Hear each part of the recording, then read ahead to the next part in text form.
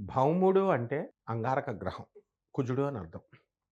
కాబట్టి ఈ అమావాస్యకు ఒక ప్రత్యేకత ఉంది. గురుమూఢమే సమాప్తం. ఆ తర్వాత మనకి ఈ యొక్క జ్యేష్ఠ అమావాస్య, ర గురుడు, రబ్బీ తర్వాత ఈ యొక్క బుధుడు 3 కలిసి కర్కాటక రాశిలోకొస్తున్నారు. అందువలన ఎప్పుడైతే రవి గురుడితో కలుస్తాడో దాన్ని మూఢమి అంటారు. మనకి ఎక్కడి నుంచి ప్రారంభం అవుతుందండి అంటే, ఇప్పుడు మూడం ప్రారంభం అయిందనమాట. అంతం కూడా వెంటనే క్లోజ్ అవుతూ ఉంటుంది. ఈ ఒక నెల ఉంటాడు రవి. ఆ నెలలో మూడం క్లోజ్ అయిపోద్ది. అయితే జ్యేష్ఠ అమావాస్య అంతం, ఆషాఢ మాసం ప్రారంభం. ఎప్పుడైతే మనకి ఈ రోజు ఉన్నటువంటి నక్షత్రము పునర్వసు నక్షత్రం గురుడికి సంబంధించినటువంటిది కర్కాటక రాశిలోకొస్తుంది. ఎప్పుడైతే మంగళవారం అమావాస్యతో కలిసొస్తుందో దాన్ని బ్రహ్మాండమైనటువంటి భౌమ అమావాస్య అంటాం. మంత్రశాస్త్రంలో ఈ తిథి, వార నక్షత్రాలకు కలిస్తే ఒక్కొక్క కాంబినేషన్‌కి ఒక్కొక్క ఇదుంటుంది. ప్రాముఖ్యత ఉంటుంది. మంగళవారం, అమావాస్య, శతభిష నక్షత్రం కనుక కలిసిందనుకో, ఆ రోజున ఏ ఆడపిల్లనైనా పుట్టిందనుకో, ఆ ఆడపిల్లని ఎవరైనా పెళ్లి చేసుకుంటే వాడు ఢమాల్. అది శాస్త్రం చెప్పేది. విషపు కన్య అవుతుంది అన్నారు.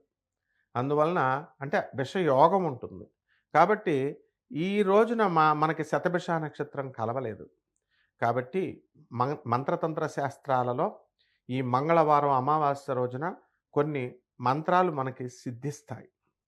అలాగే ఎవరికైతే ఈ యొక్క కుజదోషాలు, కాలసర్ప దోషాలు, సర్పదోషాలు, నాగదోషాలు, అంగారక దోషాలు ఇవన్నీ ఉన్నాయో అటువంటి వాళ్ళందరూ కూడా ఉజ్జయిన్యాం మహాకాళీం, ఉజ్జయిని పట్టణంలో ఈ భౌముడున్నాడు. భౌముడు పుట్టాడు. అంగారక గ్రహం ఎక్కడ పుట్టాడు? ఉజ్జయినిలో పుట్టాడు. ఈ భూమి ఇలా గుండ్రంగా ఉంది. ఓవల్ షేప్ అనుకో. దానికి సెంట్రల్ లైన్ ఇలా గీస్తే కనుక జియోమెట్రిక్ లైన్ అంటాం. భూమధ్య రేఖ అంటాం. ఆ భూమధ్య రేఖ జియోమెట్రిక్ లైన్ మీద ఉన్నటువంటి గుడి ఊరు ఉజ్జయిని. అక్కడ అంగారకుడున్నాడు ఆ లైన్ మీద. కాబట్టి అందరూ పొలవమని ఎవరైతే కుజదోషాలు ఉన్నారో అక్కడికి వెళ్ళిపోతారు. వెళ్ళిపోయి అంగారక దర్శనం చేసుకుంటారు. కుజ దర్శనం. అక్కడ పంతులు గారు రెడీగా ఉంటారు. అసలు రూ. 100 టికెట్ అక్కడ. రూ. 50 టికెట్. పైకెళ్ళి అందరూ డబ్బులు తీసుకొని రూ. 50కి మనం చేసుకోవచ్చు. ఎవరిని వెళ్ళనివ్వరు వాళ్ళు. కిందే కాసేస్తారు. 3000, 6000, 10,000 అవుతుంది. అంగారక పూజ అన్నంతో మేము చేస్తాం అని శివలింగాకారంలో ఉంటుంది. తప్పదు మనకి. అక్కడికి వెళ్ళిన వాళ్ళు ఇచ్చేసి ఆ అంగారకుడికి ఇచ్చేసుకుంటారు. ఇవన్నీ ఏమి చేయాల్సినటువంటి అవసరం లేదు. ఆ భౌమ అమావాస్య రోజున ప్రతి ఒక్కళ్ళు ఉజ్జయిని వెళ్ళలేరు కాబట్టి కుదిరినోళ్ళు వెళ్ళండి. లేనటువంటి వాళ్ళు ఆ రోజు ఉదయమే తెల్లవారుజామునే నిద్రలేచి తలంటు స్నానం చేసుకొని అంగారకుడు నవగ్రహ ఆరాధన చేయాలి. ఆదిత్యాది నవగ్రహ దేవతాభ్యో నమః. ఆ ఆదిత్య మిగతా గ్రహాలన్నిటిని పూజ చేసుకున్న తర్వాత ముఖ్యంగా అంగారక స్తోత్రం ఈ పూజలన్నీ కూడా చేసుకోవాలి. సుబ్రహ్మణ్యేశ్వర స్వామిది వల్లీ దేవసేన సమేత శ్రీ సుబ్రహ్మణ్యేశ్వర స్వామికి చేస్తే అంగారకుడు చేసిన ఫలితం. లేదా విడిగా ఈ యొక్క మంగళుడు అంటే భౌముడు ఆయనే అంగారక గ్రహం కుజుడు ఆయన అష్టోత్తరం చేసుకొని మనం చేసుకుంటే సరిపోతుంది. నైవేద్యం కింద కందులు నివేదన చేయాలి. ఉడకబెట్టినటువంటి కందులు. ఆ రోజు చేసినటువంటి వాడు అన్నం తినకూడదు. కందిపప్పు అస్సలు తినకూడదు. ఏమి తినాలి అంటే పళ్ళు అలాంటి చిన్న చిన్న డైల్యూట్ ఫుడ్ తినాలి. బ్రహ్మచర్యం పాటించాలి. సిగరెట్లు, మందు తాగకూడదు. ఆ తర్వాత నేల మీద పడుకోవాలి. ఈ విధంగా ఉన్నట్లయితే వీళ్ళని ఈ యొక్క అంగారక దోషం పోయి, కుజదోషం పోయి చక్కగా పెళ్లి కానిటువంటి వాళ్ళందరికీ వివాహాలవుతాయి. కుక్క కరవడాలు ఇలాంటి దోషాలు పోతాయి. కుక్కలెప్పుడు కరవవిక. సంతానం లేనటువంటి వాళ్ళకి సంతానం కలుగుతుంది. ఎవరైతే స్థలాలు అమ్ముడవ్వట్లేదని అనుకుంటున్నారో, బాధపడుతున్నారో అటువంటి వాళ్ళందరూ కూడా ఈ యొక్క స్థలాలు ఇవన్నీ కూడా అమ్ముడవుతాయి. కాబట్టి రేట్లు కూడా తక్కువ రేట్‌లో ఉన్నటువంటి వాళ్ళు ఎక్కువ రేట్లు ఇదవుతా ఉంటాయి.